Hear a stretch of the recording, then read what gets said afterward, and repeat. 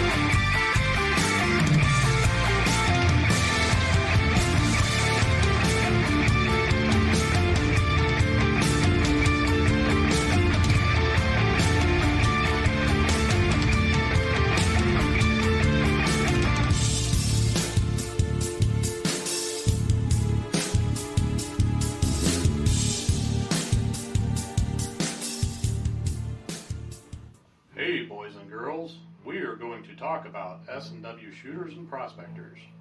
What is S&W shooters and prospectors? We at S&W Shooters and Prospectors help people find treasure. Did you say treasure? Yes, treasure. Just listen to this amazing review from our happy customer, Jackie Sparrow. Chocolate ship-shape and a pleasure to deal with. I was able to buy everything that I needed at prices that were shillings less than others.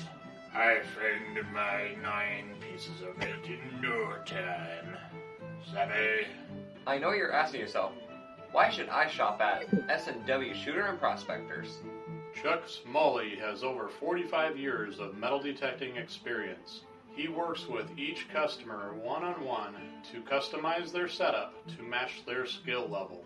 So if you always dreamt of being a pirate, contact Chuck at S&W Shooters and Prospectors and he'll take a great deal for you. Eye-patch and rum not included. Caution.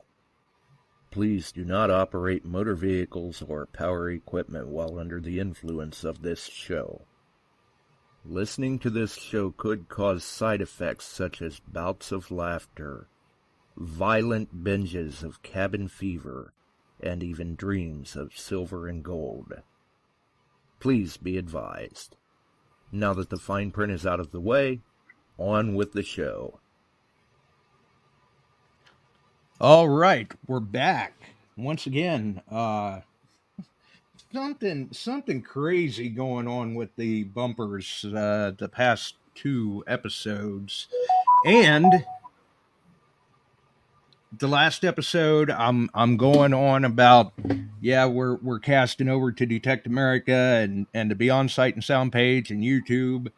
No wonder we could see everybody's names because somebody, me, forgot to flip a switch and cast to Detect America. So hopefully I've got that fixed and we're casting to Detect America again tonight.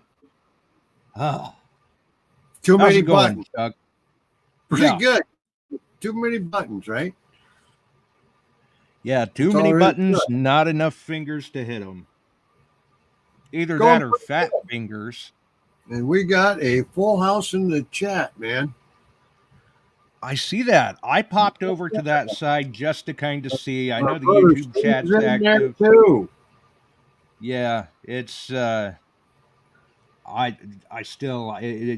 amazes me how you're able to follow that. It looks just like a ticker tape to me. It just keeps flying. Tom's in now. Kingery. Yeah. Good group. Hey, Richard, how you doing? Rich is back. Yeah. Wow. Man, I can't hardly keep up. But ting, ting, ting, ting, ting. Good deal. Good deal. Yeah, that's about like it is on YouTube over here. I mean, it's just it's jumping 2, 3, 4 comments at a time. It looks like to I know me. it. There's no way I can follow a conversation. Sit here keeping up with it. I have to drink some coffee, get the caffeine level up so I can watch it all. Yeah. I'm kind of looking at YouTube going, this must be a visual representation of what it's like to argue with myself. It's going 6 different ways. Janet says that's why she's here. LOL. Oh, I think Robert's in here. Thank you, Crap. Wow. Yeah, we got a crew, man. We got a crew.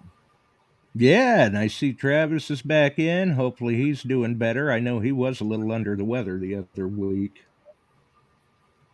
And this stuff hangs on. I see Mike Laquamette's in on the YouTube side. Ohio Really Cunner, Bill Hayes, the board nurse, Tam, Ian. Can find us because he was having trouble hooking up with it. He called me and I got on a conference call with you and him, and you walked him through it. Yep, there he is. Tony F is in here. Frank just signed on. All right. Ah, okay. I was going to say, hopefully we were able to get him in. And that does bring up a good point. Like I said, so far we're trying to cast to YouTube, the Beyond Sight and Sound Facebook page, simply because that may be easier for people to find than the group, since you don't have to be a member to access the page. Detect America, and for those that I see Frank on the Frank's on the YouTube side, and for those that are still interested in following the audio side, because obviously I know the catalog's still there, but I'm going away from Spreaker, and the audio from the live stream you can actually find on PodBean.com, usually, I don't know, a day or two after the live stream, because usually after the live stream I shut down and then I'll come back and try to get to it the next day if I've got time. But that's on PodBean.com. So it's like Jelly Bean, but pod. P-O-D. Right. My speech to text on my phone likes to play evil little tricks with me when I try to use speech to text to say PodBean.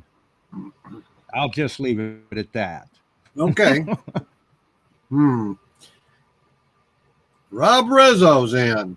We got a real good crew. Rizzo. I got the Rizzo in. He must have got back from somewhere all of a sudden. There we go. The history. Go out and travel, that's for sure. Janine, how you doing?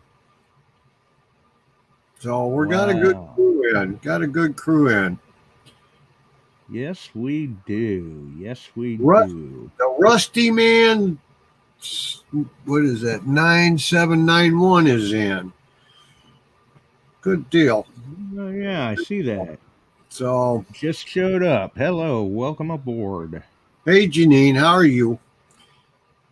Good, I hope. I hope you're all good. Travis says he got over the grunge finally. Good. Because that stuff, I'll tell you what, around here anyway, and I'm sure it's the same out there in your area, the people that have been catching this flu or whatever's been going around, it just hangs in there for weeks. You can get rid of most of it, but the cough still hangs on. Yep. And Jill went through that. I had a couple days worth of sniffles and coughing, and it went away. So knock on wood, if it was the same stuff, I didn't have much of it. Right. Yeah. I mean, I've seen some people where they have it and they'll have it for a few days and then they'll feel fine. So they'll try to get back to a little bit of a sense of normalcy. And then the next day they're just flat on their back with it again. Yeah. I see that. I don't know if you guys are familiar with Jerry's Detectors out Idaho way. He likes to travel like Ron Guinazzo does. in this time of And year. Rob Rousseau. Yep, and they go down to the Caribbean. He drowned his MANTICORE. Oh no! He doesn't really rightly know what. I mean, he's not new to the act. He's been doing this a long time. So something happened to the first one I know of. Nobody else has reported one to flooding out. His flooded out.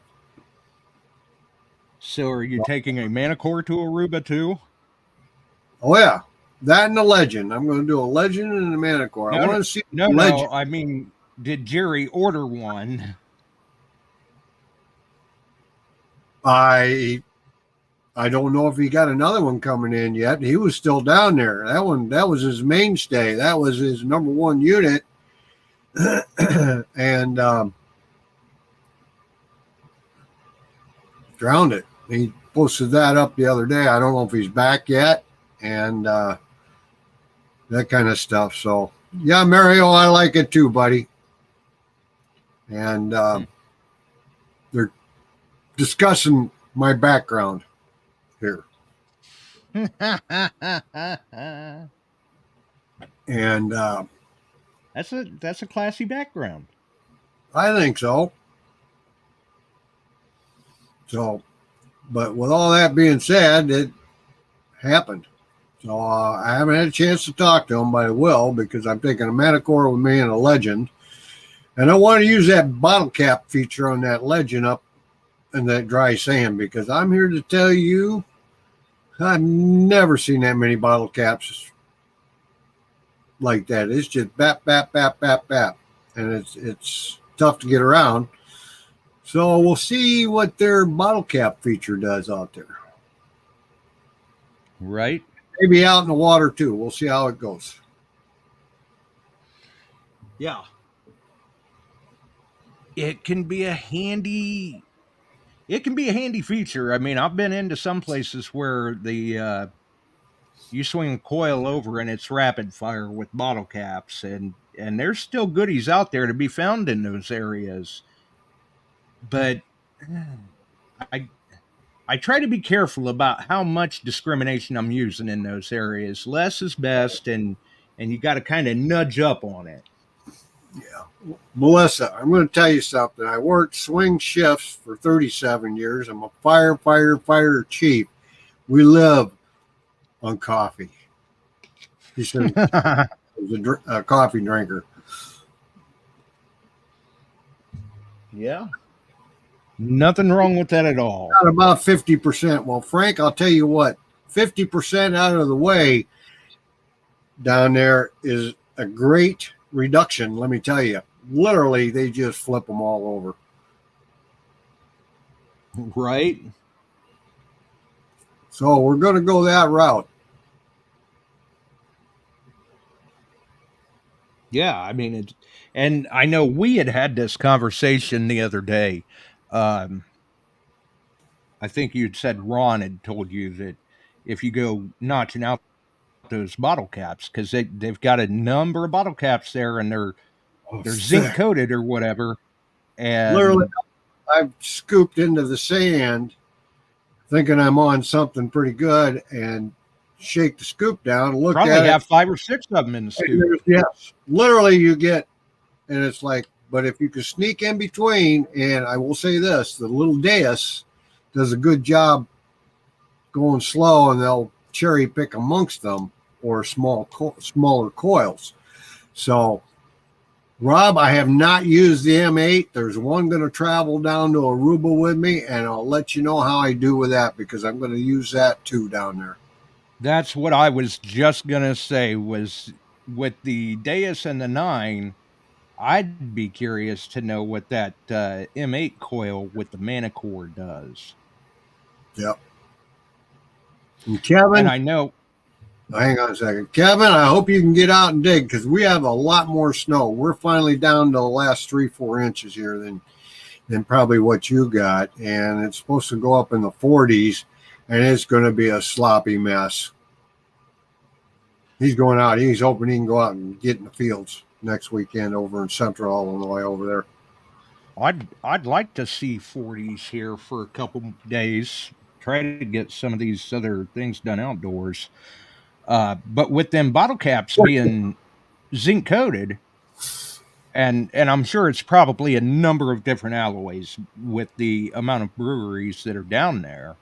I know Ron was concerned that you could be notching out 10 karat gold, but you have to stop and ask yourself sometimes, is it really worth the effort? Sometimes it's a trade-off, and for some of us, we might be worth chancing that opportunity to miss the 10 karat gold if it keeps us away from the bottle caps, because you're still going to get the other gold.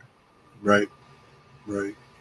I mean, gold shows up all over the scale. You know that as well as I do. It depends on carat density, size, all of that. Yeah, there's a lot of differences, and we'll see. We'll see. I hope to have a good run of it, and if I don't, I'll just have another toddy. There you go. Right. I'm not seeing the downside.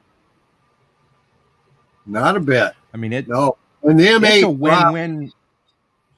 I've got guys using the M8 and they love it. So we'll see how we do with that. Well, and I mean, I'm sure you can remember when, I mean, the CTX is still a very popular machine of choice for many people. Yeah. And that 10x5 coil tech was a heck of a combination with it. So I can see where that M8 being an elliptical coil, it should make for an interesting time down there in Aruba. You ought to be able to sniff right around those bottle caps. Yep. Ian brings a good point up. His wedding ring is ringing at 33, but the wife's is 18. But the thing is yours is probably broader and thicker than hers, right? So I would say most likely.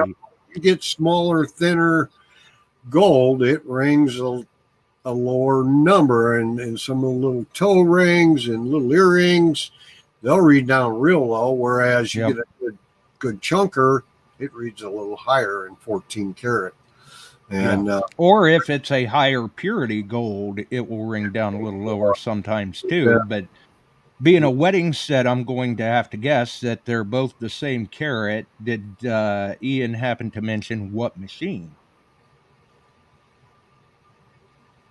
Yes, I'm reading what's going on over here. I missed a little of that. I won't repeat what Rob said about my coffee. Yeah. Oh, he had a good little thing there about it. Huh. There's still ice fishing in Wisconsin. We have had hardly any ice fishing except on the lakes. The river back sloughs, they've been kind of dangerous. So, yeah. Yeah, you really got to be careful, especially right now with the way our weather patterns have been. I mean, and I don't know how out there in Illinois you guys get a similar pattern anyway.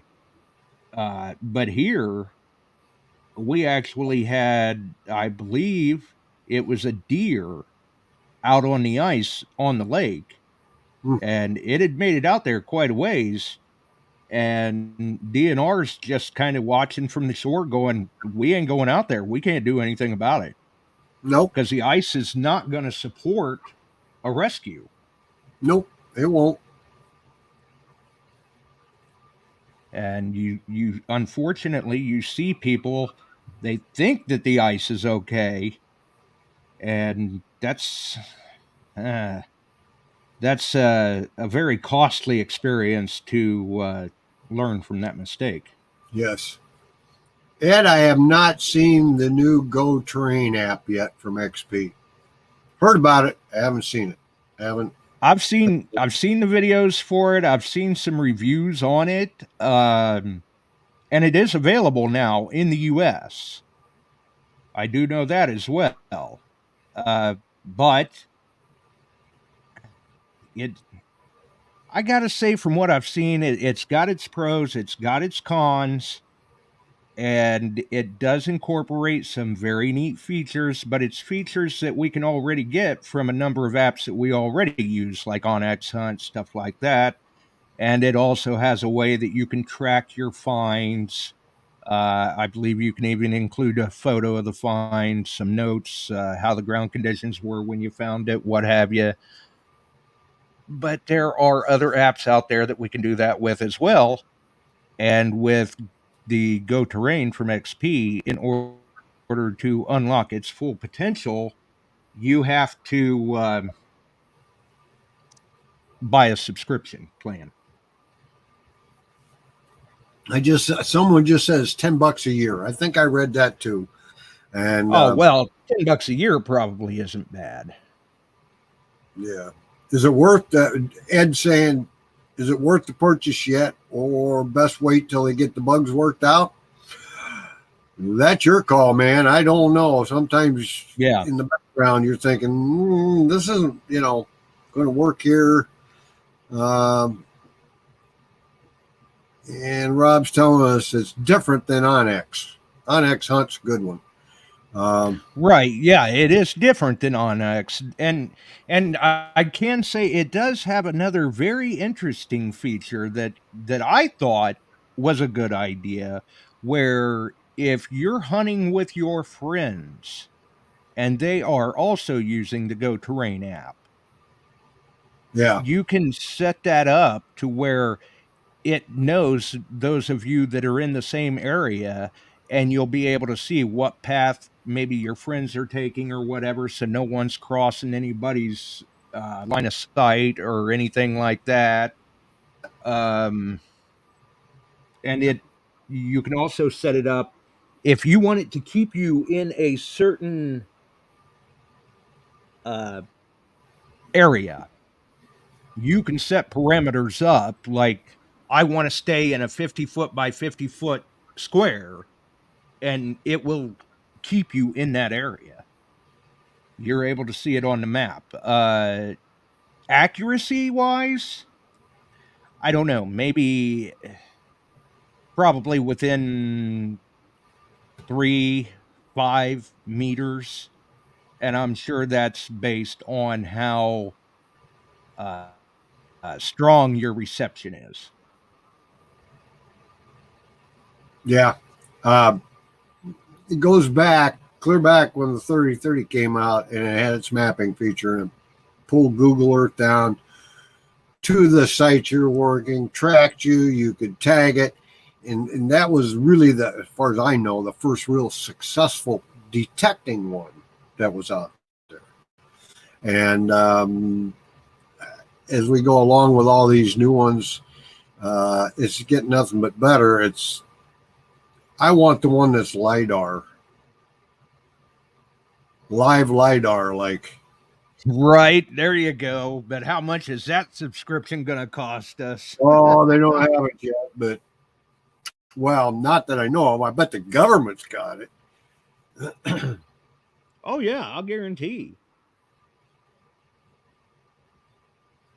So that's the kind of stuff that as it moves forward and we get to put to use for ourselves, that's a good deal.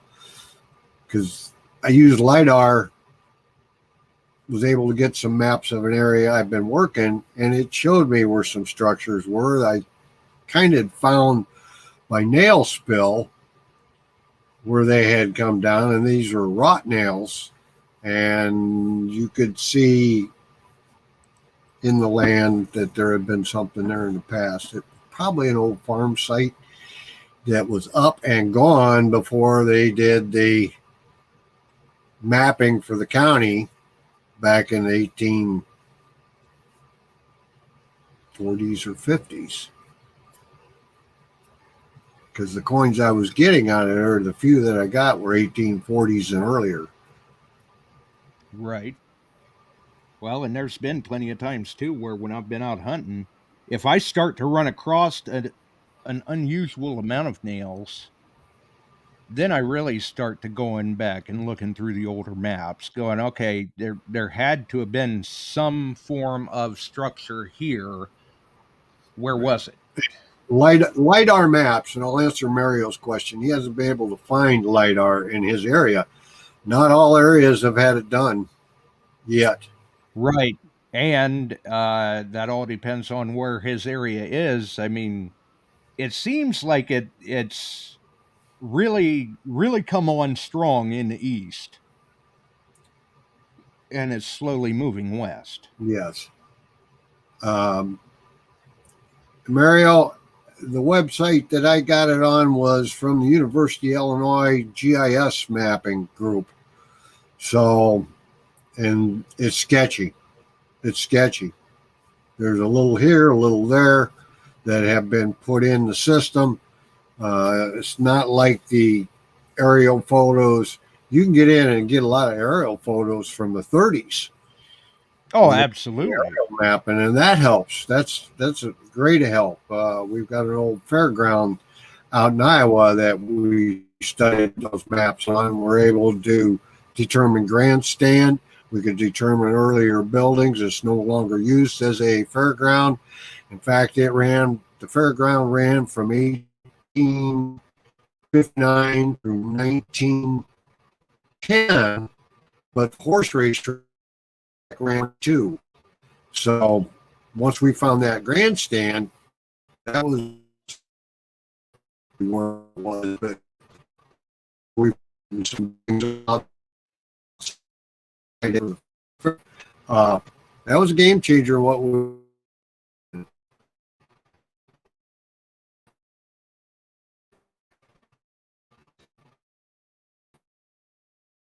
I'm coming in and out, Josh. Can you still got me?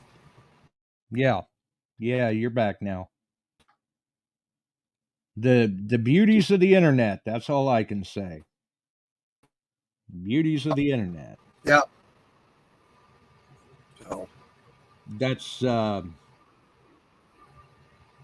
well, the beauties of Frontier, I guess. And Bob, you're right. That'll be fixed. Robert Dix, not enough competition to get the price to fly LiDAR at an affordable price. So certain areas have had it done for a particular reason. And then it was made public through the universities or the state, and you can find some of it, but it isn't totally out there yet. Right, and people have to remember too that I know, like for some of us, you have to download a small program to be able to read those, and be prepared because these are large files that you're dealing with. There's a lot of information there. Used a library computer to look some of this up because that computer is got a bigger, broader range of stuff than mine does, and I'm running an iMac. It takes a lot to get it, look at stuff, and then I tried to print, and I couldn't print things. It wouldn't print things. No. So what I did, I took my phone camera, tried to get clear photos of the area I was going to. They were good enough to show me where I needed to be in regards to roadway and position. And I used that, but that little area over there in that county, it's small. The only reason they did that is they're laying out waterway and drainage due to flooding in the past.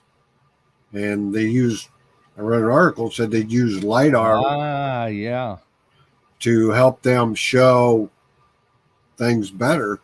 And so I went and got online, found it for that site. Now you can find them down. There's areas in Mexico where they've done a lot of LiDAR, but they're looking for the old Aztec ruins. And you can see examples of that online. That's pretty amazing stuff. Yeah. That's why we've often joked around on the show saying, well, once LiDAR becomes available in your area, hit them spots while you can, because when everybody else finds out about them, and it lights them up. Frank's got it listed, USGS Interactive Viewer. Easy to use, no big files. Yep. Well, it's a good thing that Frank's in there, talking maps. He's the guy to have around. Yep.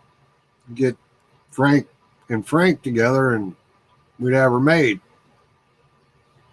Oh yeah. Yeah, definitely.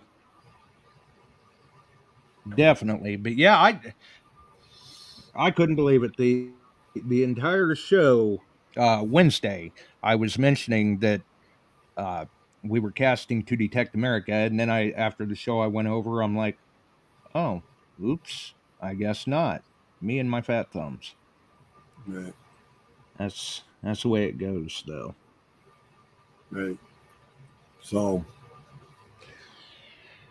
And we've actually we had entries into the Copper Meg drawing, and we've actually got a winner to announce for that tonight too. cool. The Megalodon Kappa. Yeah, Copper Yeah. Meg. So we'll be announcing that winner on the stream tonight.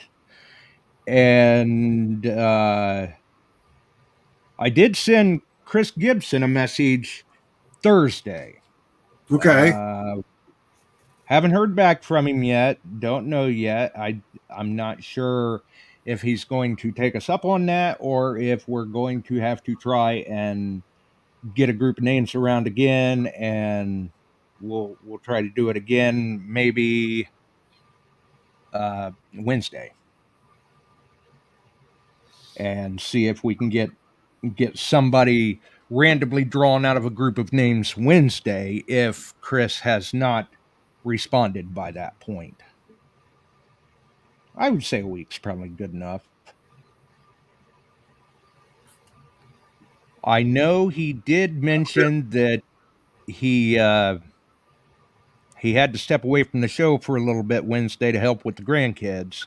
So maybe he wasn't around when he heard us announce his name, or maybe he had not heard all of the instructions and just put count me in and then had to walk away from the computer and then found out the rest of the instructions and went, oh no, what do I do?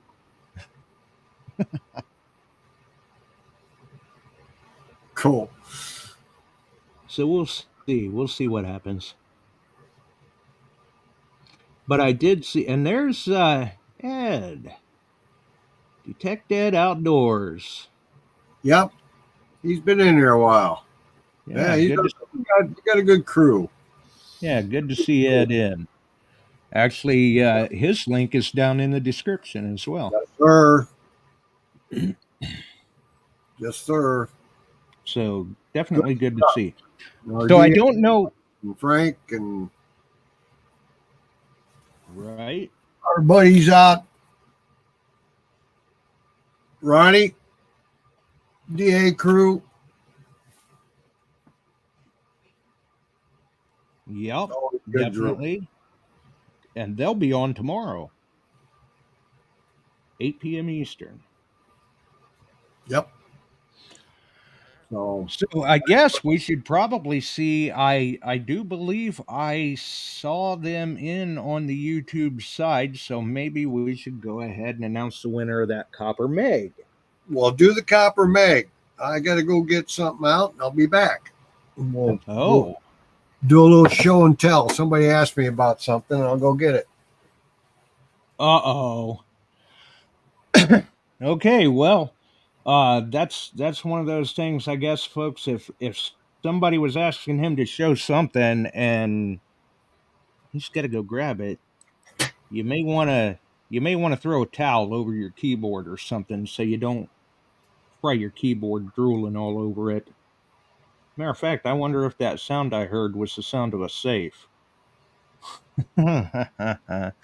But I think I recognized the name earlier. I know a few episodes back, I think I was able to make the association of the name with Facebook as well. But the winner of the Copper Meg actually goes to Barks Detecting Bits on YouTube. And I believe that is Kevin Barkley. Yes, it is. So he's got until, we'll give him Tuesday night to contact me. Well, he's Otherwise, on here Wednesday we'll announce a new winner. So he's going to have to send me his shipping information. And I'm sure that he's on Facebook as well. So he can just message that to Josh Kimmel. Well, he's on there right now.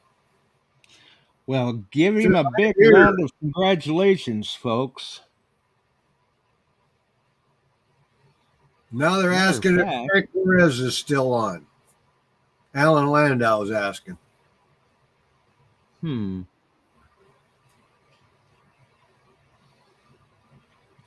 not sure. Congrats, sir, Captain. People ask me about gold. They asked me about that's what I figured. Different things I found over the years, and I got to dig out. Somebody wanted to see the fire chief's badge. I got to dig that out. But I had one guy ask me what gold nuggets look like, and I'm like, well, they look like a blob of gold. And I found a few. Yeah, now, like a rock, kind of. More than a couple. But I found several one year, and I shot some pictures. Jill was down home here. Sent them down to her, and I said, I was actually in at the brokerage in Anchorage, and he made me a couple pretty dandy offers on them, so I had shot her pictures of them. So I put her on the phone with him, figuring if she wants me to sell them, she'll tell him so. And right. Just say whether or not that'll happen. You're too low because of the size of these and the weight, you ain't going to get any more. And he upped the ante pretty nicely, but she said, nah. All I remember is, bring them home, sweetie. All right, they're coming home. So I brought, this is about 1.25 ounces. Get it in the light there a little bit. A little over 1.25 ounces, actually. And that's how they come up. This is dug in Nome area, not in Nome, but near there. And I had a pretty good week that week. So I brought her home several nice ones, but a couple others got made independents. This one's just over 1.25 ounces, not quite 1.5 ounces. So that's what they look like, folks. That's what we're out looking for. And they're not always quite that big. Here's a 1/4 ounce. Get it out there. That's about a quarter. Now, and they come those bigger. Are nice. We find those. Have those been cleaned? Because those looked pretty clean. Nope. All they got was washed with water. I didn't put them in any nitric or anything like that to get the off. They were just washed with water. A lot of times on the ones that are a little grungy, I'll drop them in vinegar for a few days and cleans them up pretty nice. If they have mercury incursion, the only way to get it off is with nitric. Then you got a problem. You got nitric with mercury in it. So right, because I know that sometimes that. they can come out fairly clean, but other times they can come out pretty grunny looking. And I'll sometimes show you the bracelet I had made for Jill. We get a chance to get that out and show it to you. She wears it once in a while. What is there? Right. 14 nuggets around the chain that are 3 pennyweights or more. And they're nice. So it took me a while, a couple years, and there's a store in Fairbanks, Alaska, called Fairbanks Gold Nugget Jewelry, and sat right there, and she sat with a guy, and they designed it. He made it. We had another one added by a goldsmith down here because it was just a little snug. She wanted a little looser. And that's the kind of stuff that you can find up there. On a cruise, some of my crews on there, Frank Juarez and Al are on there tonight. We're heading back. Dennis is on there. He says he'd be happy to find a small one in July. Yeah. And every trip I've taken, somebody scored at least one over 1 ounce, including myself at different times. And we had the 7-ounce bowling ball come out here a while back. Yeah, I was 7.2. going to say every now and then somebody gets one well over an ounce. Right. Man, that thing was huge. Yep. So, you know, I come back home and I go work in the fields and find wheat pennies after finding a 1 ounce or better nugget. It's just not the same. It's a little hard to get excited about. Yeah. I mean, and really, a small nugget would be awesome. Even a larger one, you know, an ounce or so would be great. But Yep. I can truly see where when somebody finds one like that 7-ounce, where they're just kind of looking, can it really be? Because that just seems too big to be true. But Well, I it can does tell you happen. this much: at the time that I found those, went in, he'd offered for the pair $4,500. Joe wanted 1,000 more. I could get that Wow. now because the size, they're over an ounce. Yeah, Once you go over an ounce, absolutely. And now you're talking specimen grade. yeah, I sold a 2-ouncer that was ugly the last trip up. I got $5K out of it. Right. So people See- ask me, can you pay for a metal detector? Yes. Can you pay for Absolutely. Yes. You just got to get out, put the coil in the ground, and start working or shoveling, one or the other. Yeah, you can go, but you got to get your coil over the right spot. I'll tell Yep. you what, though, stories like that may kind of start to get John Ramoska off the fence. He may have to go ahead and go. So I see he's that in doesn't there light a too. fire under you. I mean, I'm watching Guanazo right now. He's tearing it up down in Aruba, finding rings and all kinds of stuff. So I'm hoping to get a little bit of that action myself. Right. Hopefully he doesn't get it all out of there before you get there. Right. Oh, course. John's on here. How you doing, buddy? Yep. Of course, you never do find it all, but Nope. Never do find it all. when it's hidden under a carpet of bottle caps, it's going to take a while. Well, we pulled some good nuggets out of where an old building site was, and it was a shanty along the creek from the original gold rush, and they'd done a lot of cleanup work there, and they dropped a lot. And there was a lot of pennyweight and larger. Some were fly specks. I mean, I was impressed with that Equinox 800 by the size of what it was finding, but there was a lot for how small of gold it was finding. And there was 3 1-ouncers taken out of that area that day. So it paid well. But then again, we knew the Equinox would probably do pretty good finding that small stuff. I mean, look at us looking around when it finds an earring. Oh, in the back to an earring, you're trying to sort that out of a hole. Yeah, even worse. And yeah, I see Alan's still in there too. So the IMDA's in, represented well. And Don Went just put a little note up there. There's been a few drowned MANTICORE mentioned now. He says he needs to leak test his. As of now, got to say it's a nervous start of cases how the knock started. Yep. So we'll see. I'm going to have 2 machines down there. There's no doubt. Well, we'll see. Time will tell. I mean, I was hoping anyway, and we'll see. I was hoping that was one good thing of them putting the MANTICORE on basically an Equinox framework, where hopefully they had worked out the seal and plastics issues. Well, the grandfather to the Equinox in the Goldfield was the 705. 705, yeah. I found a lot of gold in Alaska with 705s. They really did well. Now, I've used the SDC 2300 for a PI unit and did very well with that. But the old 705, it was a killer up there, and it was tough. It was a tough little unit.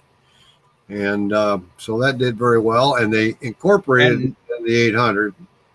And not even all that expensive. No, at the time. Nope. I've got a nugget that I found with a 705. I don't have it right out right now, and it looks like the state of Michigan. I've got a guy that wants to buy that. He's been after me to buy it since I found it because he's from Michigan, and I've just got it in the back there, and it was 3/4 ounce. And the 705 sniffed that out because it was right next to a buried cable. Nice. And it sniffed it out. I'm here to tell you. So, well, and yeah, I mean, we've said it's no slouch. Nope. That's a good little unit. Ron's done very well in Alaska with that too. Yes. Now with the 800s or the 6.7s, or well, I'd say the 8 and the 900s. 8 and the 9. And the MANTICORE. MANTICORE's got a prospect mode. Right. I haven't put that to the test yet. I haven't been close enough to a gold field. I wanted to get down to Phoenix this year and I haven't made it.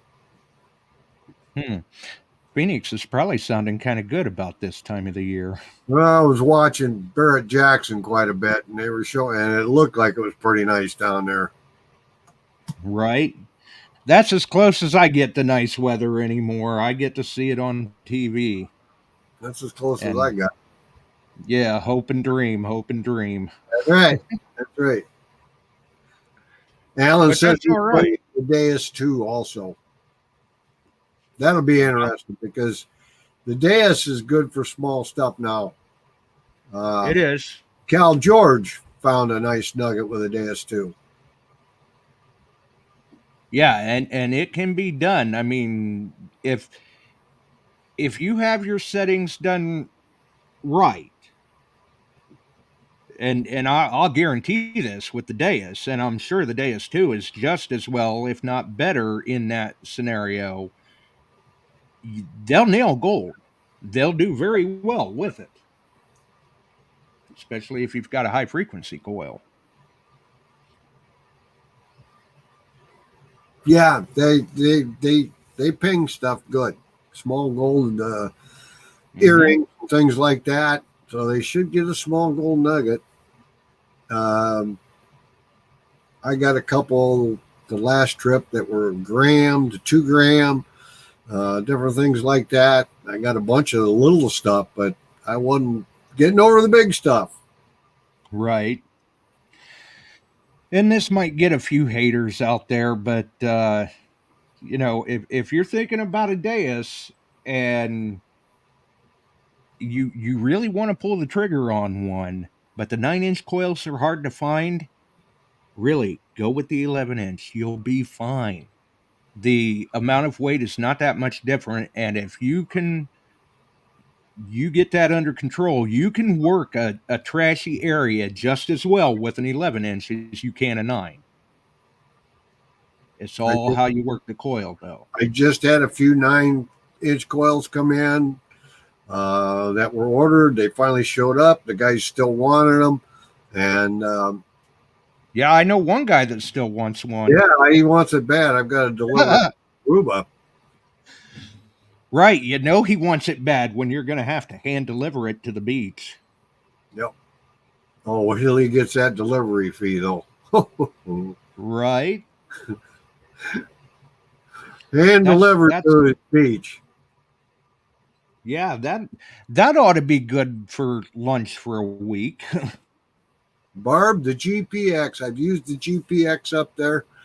They do well. But the problem with using the GPX up there is the environment. The environment is tough on them. Where the STC 2300, they don't care. Mil spec, no problem. Yeah, it's mil spec. Where, like Barb's GPX, I don't know if you could find a bag to wrap that well enough to keep it from getting wet. Not in Alaska anyway. Right. Because there's Facebook. I don't know. Somebody said hi. I don't know who it is. Just Facebook user.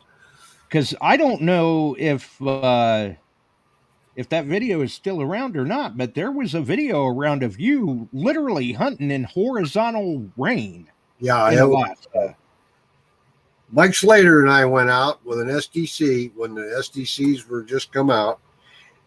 A typhoon hit Nome. It made the curl past Japan and came right in on the Nome area. We were out in 50 to 55 mile an hour winds. It was 48 degrees and the rain was coming in sideways. We took it out. I hunted enough. I found a 1/4 ounce nugget, looked at Mike. I said, it worked in this stuff. Let's get out of here. We went back, had a sandwich, cup of coffee, and stayed warm the rest of the day. So we proved that Right. waterproof. I was throwing it in creeks and washing it off and showing guys that. In fact, Steve Pomranke was watching me. He looked at me. He says, I want 2. So he got 2 of them from me. And then they got a 705 for Christine, and they've used that 705 ever since. So that's been quite a and, year ago.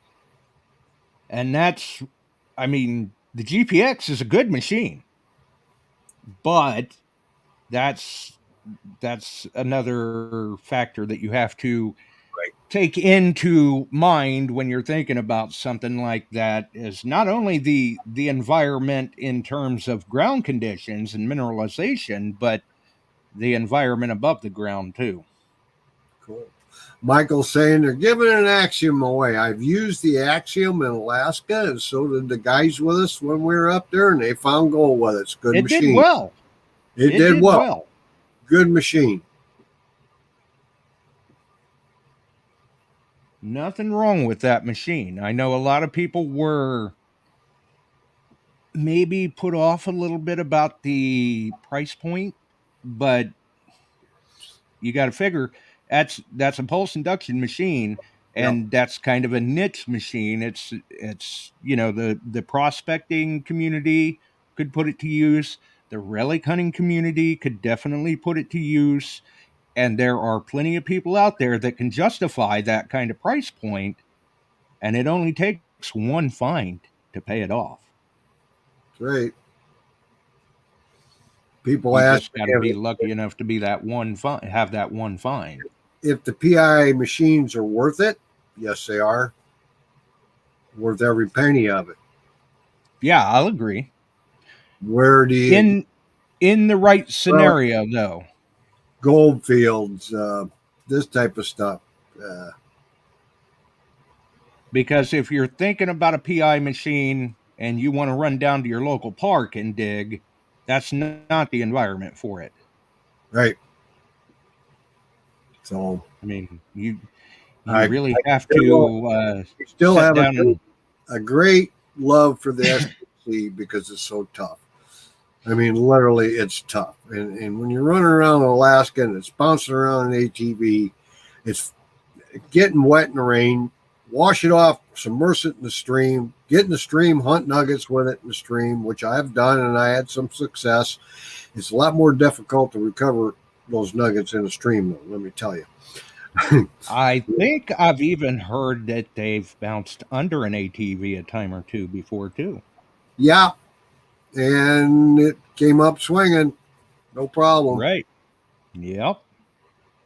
And it's a rough environment when you've got your machine strapped to the back of an ATV and you're going down some of them trails. There's been a number of people that have snapped shafts, they've snapped arm cuffs, caught the cable, snap, pull a detector right out of the holder, bang it up. So, tear it down, put it in a bag, drive on.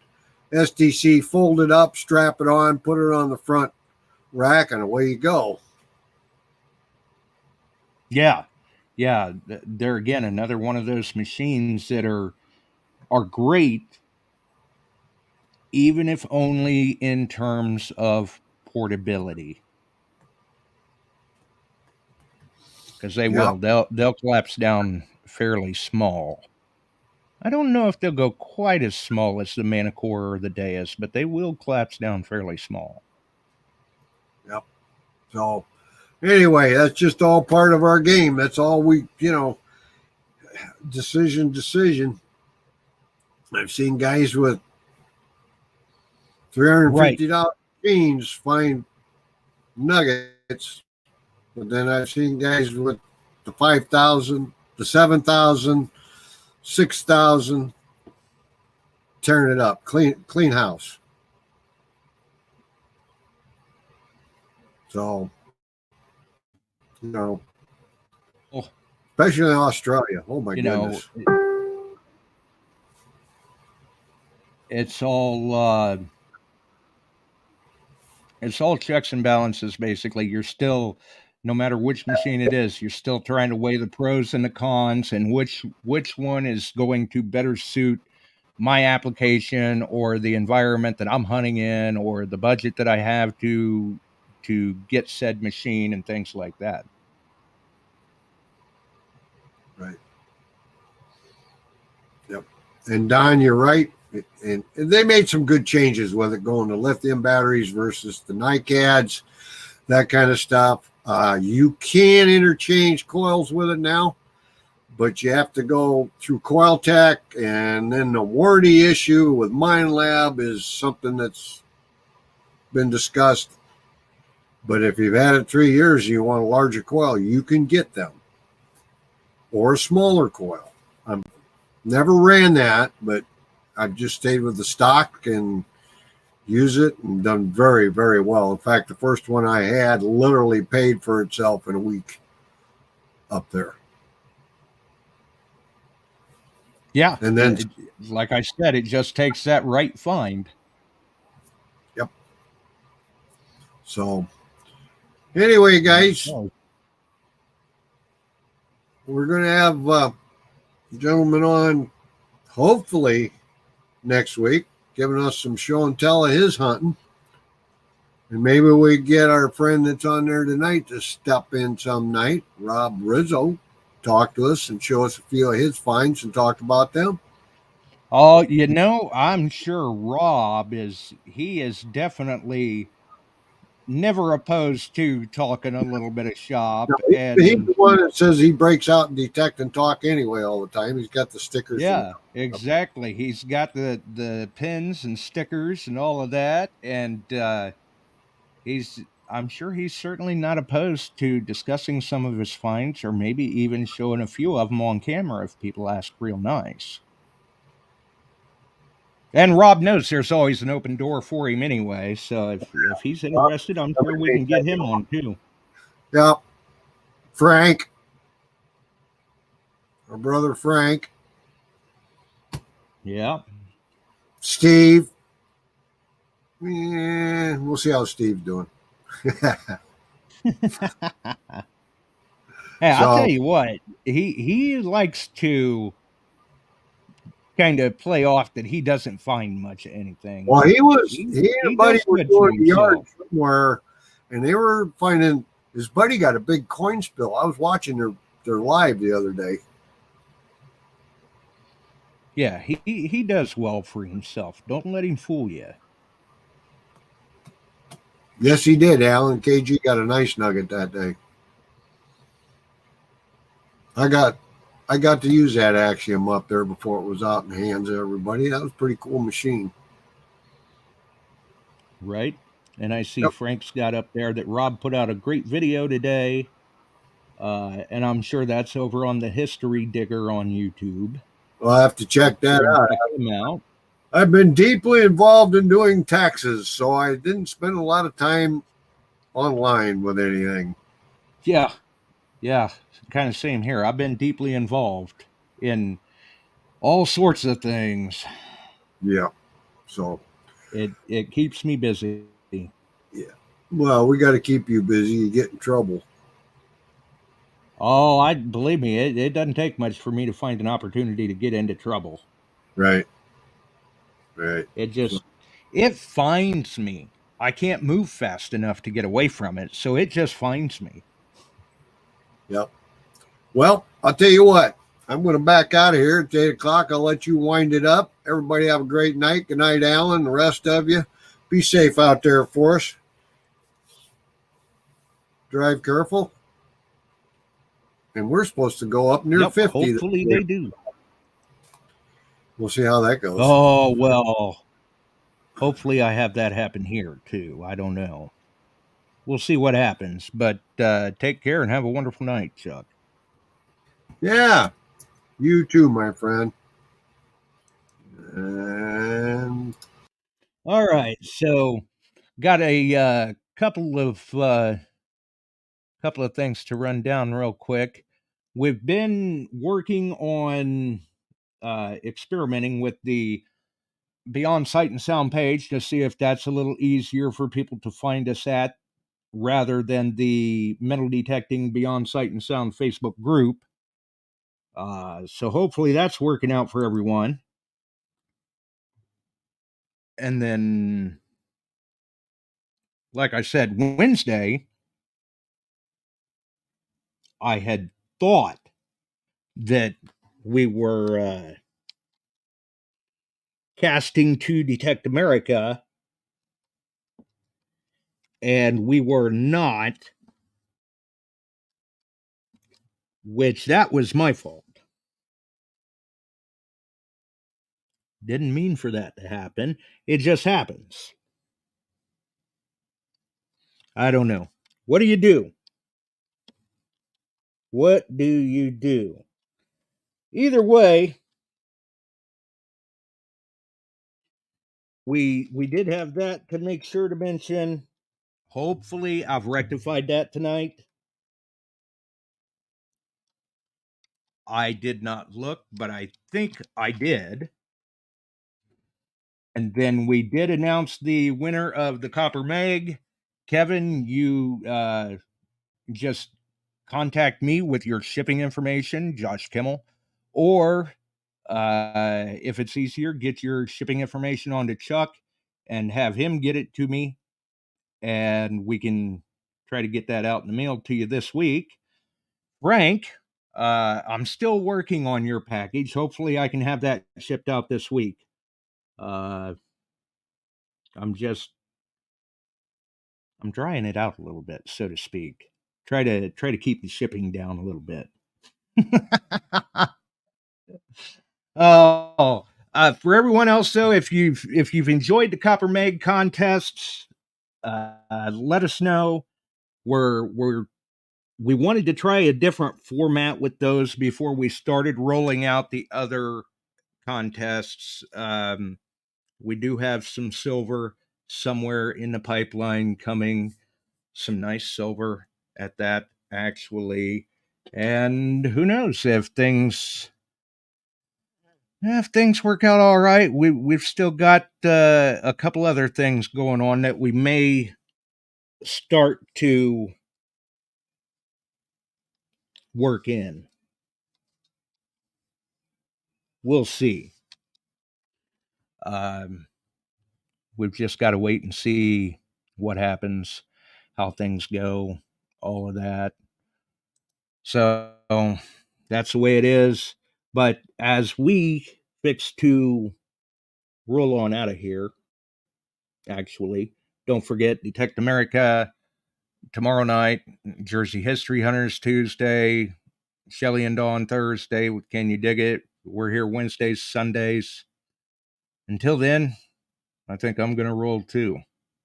Have a wonderful evening. If you can get out there and find something, get out there and find it, folks. Post up the photos if you can. You know how we love to see them. We sure are glad you found us here tonight.